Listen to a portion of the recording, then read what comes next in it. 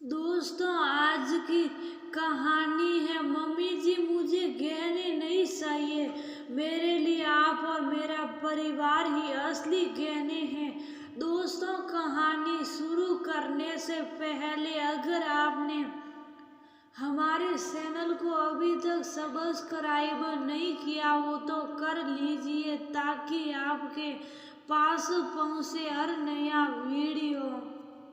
राधिका की शादी एक मध्यम वर्गीय परिवार में हुई थी। राधिका की सास सुंदरा जी अपनी बहू को बेटी की ही तरह रखती थी। वह भी अपने घर में अच्छे से रस बस गई थी। अपने पति परवीन का वह हर सुख दुख में बराबर साथ देती थी। कुछ दिनों से वो परवीन को बहुत उदास देख रही थी। पूछने पर पता चला कि वो ने त्योहार को देखते हुए दुकान पर उधारी पर माल तो मंगवा लिया, पर अब वह माल बिक नहीं रहा था और आगे भी अच्छी खासी रकम देनी थी। बैंक से पहले ही कर्ज ले रखा था तो अब और नहीं ले सकता था।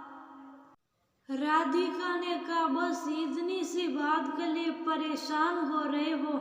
मेरे गहने किस दिन काम आएंगे? जब पैसे होंगे तो छुड़वा लेंगे। परवीन ने गहने गिरवी रखकर आगे का बकाया चुका दिया। धीरे धीरे दुकान पर वो रखा हुआ माल भी बिक गया और सब कुछ सामान्य होने लगा था। एक दिन परवीन दुकान पर काम कर रहा था कि सुंदरा जी का फोन आया। राधिका को चक्कर आ गया है, तू जल्दी घर आ जा। परवीन उसे फटाफट डॉक्टर के पास लेकर गया। वहाँ पता लगा कि राधिका माँ बनने वाली हैं। तो घर में खुशियां छा गई। उसने एक प्यारी सी बेटी को जन्म दिया और उसके पालन पोषण में लग गई। इधर परवीन का बिजनेस भी अच्छा चल रहा था। बड़ी बेटी 3 साल की हुई तो राधिका की गोद फिर से हरी हो गई। इस बार उसने प्यारे से बेटे को जन्म दिया। ईश्वर ने जैसे इस परिवार को सब कुछ दे दिया हो। घर में खुशियां मनाई जा रही थी। दीपावली का त्योहार नजदीक आ रहा था। राधिका परवीन का इंतजार कर रही थी। परवीन थोड़ा देर से आया और उसने राधिका को उसके गिरवी गहने वापस सौंप दिए। हालांकि कर्ज की रकम छोटी नहीं थी, पर परवीन ने किसी तरह कर्ज चुकाकर गहने छुड़वा ही दिए। परवीन, मुझे अभी गहनों की जरूरत नहीं थी। मेरा गहना तो आप हो, ये परिवार है, मैं इसी में खुश थी। आप चाहते तो ये पैसा वापस बिजनेस में लगा सकते थे। अरे ऐसे कैसे?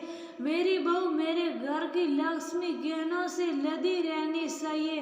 मैंने ही परवीन से कहा था, वरना ये तो बिजनेस में सब कुछ भूल ही बैठा था। और सुंदरा जी ने अपनी इकलौती बहू को गले से लगा लिया। राधिका को कुछ महीनों से थकान और कमजोरी रहने लगी थी। उसके पाँव और चेहरे पर भी सूजन सी रहने लगी थी। उसने सोचा ये सब कुछ सामान्य है। दोनों बच्चों के पीछे पीछे भागते उनका काम करने से शायद थकान रहने लगी थी। लेकिन सुंदरा जी चिंतित रहने लगी थी कि ये बहू को क्या हो रहा है। उन्होंने डॉक्टर से अपॉइंटमेंट लिया और राधिका के कुछ टेस्ट हुए। टेस्ट की रिपोर्ट ने सबके होश उड़ा दिए। राधिका की दोनों किडनियां खराब हो गई थी और किडनी ट्रांसप्लांट ही एकमात्र उपाय बचा था। सुंदरा जी और परवीन कुछ सोच नहीं पा रहे थे कि अब आगे क्या करे। राधिका एक अनाथ लड़की थी जिसे गोद लिया गया था और उसके माता पिता ने शादी के 15 साल बाद संतान न होने के कारण उसे गोद लिया था। उनकी तबीयत वैसे भी ठीक नहीं थी और उनकी किडनी मैस भी नहीं हो रही थी। परवीन भी हर तरह की भागा दौड़ी कर रहा था, पर कहीं से भी किडनी नहीं मिल पा रही थी। सुंदरा जी ईश्वर से प्रार्थना कर रही थी कि किसी तरह से उनकी बहू बच जाए। एक दिन सुबह वह पूजा करके उठी तो उन्होंने परवीन से कहा, बेटा, बिना पति या बिना पत्नी के जीवन भार बन जाता है। अभी तो बच्चे भी बहुत छोटे हैं। मैं अपनी बहू को किडनी दूंगी और मेरी किडनी मैच ना हुई तो तू भी अपनी पत्नी को किडनी दे सकता है। 7 फेरे लिए हैं, 7 वचन दिए हैं। उसने भी तेरे हर सुख दुख में साथ निभाया है। मेरी राधिका तो मेरे घर की जान है, मैं उसे मरते हुए नहीं देख सकती हूँ। अपनी मम्मी की बात सुनकर परवीन की भी आंख भर आई। वह उन्हें अस्पताल ले गया और उन दोनों में भी टेस्ट करवाया। दोनों को रिपोर्ट का इंतजार था। इधर राधिका बहुत ही परेशान थी। किडनी मैच होगी या नहीं, मैच भी होगी तो किसकी होगी। मम्मी जी की मैच हुई तो इस उम्र में उनको वैसे ही परेशानी रहती है।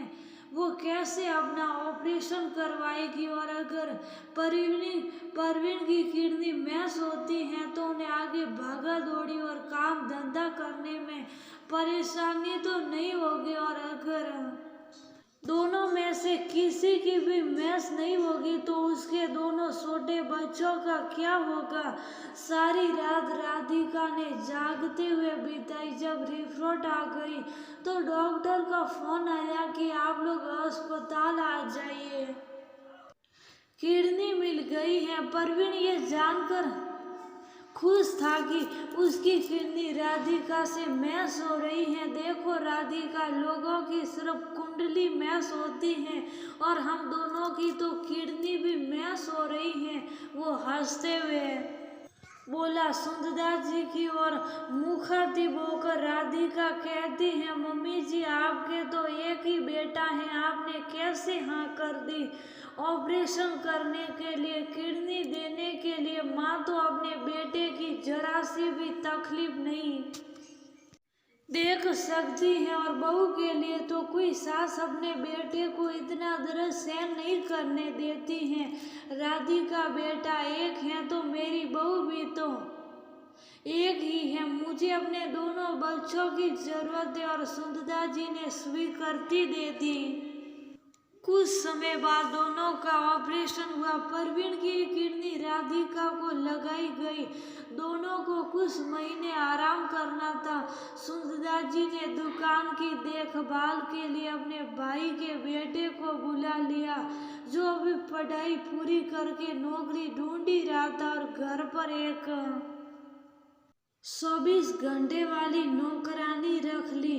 दोनों बेटे बहू के ठीक होने तक दोनों की दिल से सेवा की। जब दोनों की रिकवरी होने लगी तो उन्होंने ईश्वर को धन्यवाद दिया। मम्मी जी, मैंने पिछले जन्म में जरूर कुछ अच्छे कर्म किए होंगे जो मुझे आप जैसी सास मिली।